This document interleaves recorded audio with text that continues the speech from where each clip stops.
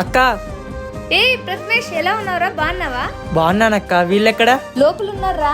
ఛాయ్ అక్క, రాయి ఆడుకుందాము. కాసేపు ఉండి ఎలక్షన్ నేర్చుకోమని చెప్పింది మమ్మీ. హాయ్ ఛాయ్ శిష్యు. హాయ్ అన్న.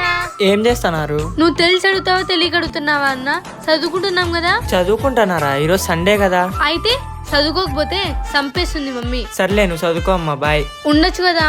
మా అమ్మ దగ్గర నుంచి తప్పించుకొని ఇక్కడికి వస్తే మీ అమ్మకి దొరికాను అనుకో, బుక్ ఇచ్చి ఇక్కడే కూర్చోబెట్టింది. పో అమ్మా. బాయ్. మా అమ్మ గురించి నీకు కూడా తెలిసిపోయిందా? బతికిపోయినావులే పో. తెలుసు కాబట్టే పోతాన్నా.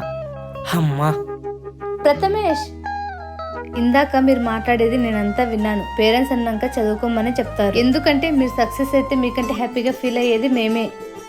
ఒకవేళ మీరు సక్సెస్ అయ్యారనుకో మమ్మల్ని ఏం పట్టించుకోరు. అదే ఫెయిల్యూర్ అయితే ఆ రోజు 2 దెబ్బలు వేసి చదివించవచ్చు కదా, మేము వినేవాళ్ళం కదా అని చెప్పి అంటారు. సో అది గుర్తు పెట్టుకొని ఇప్పటి నుంచి మంచిగా చదువుకుండేది మేలు కదా. సారీ అక్క. పర్లేలే, జాగ్రత్తగా వెళ్ళు.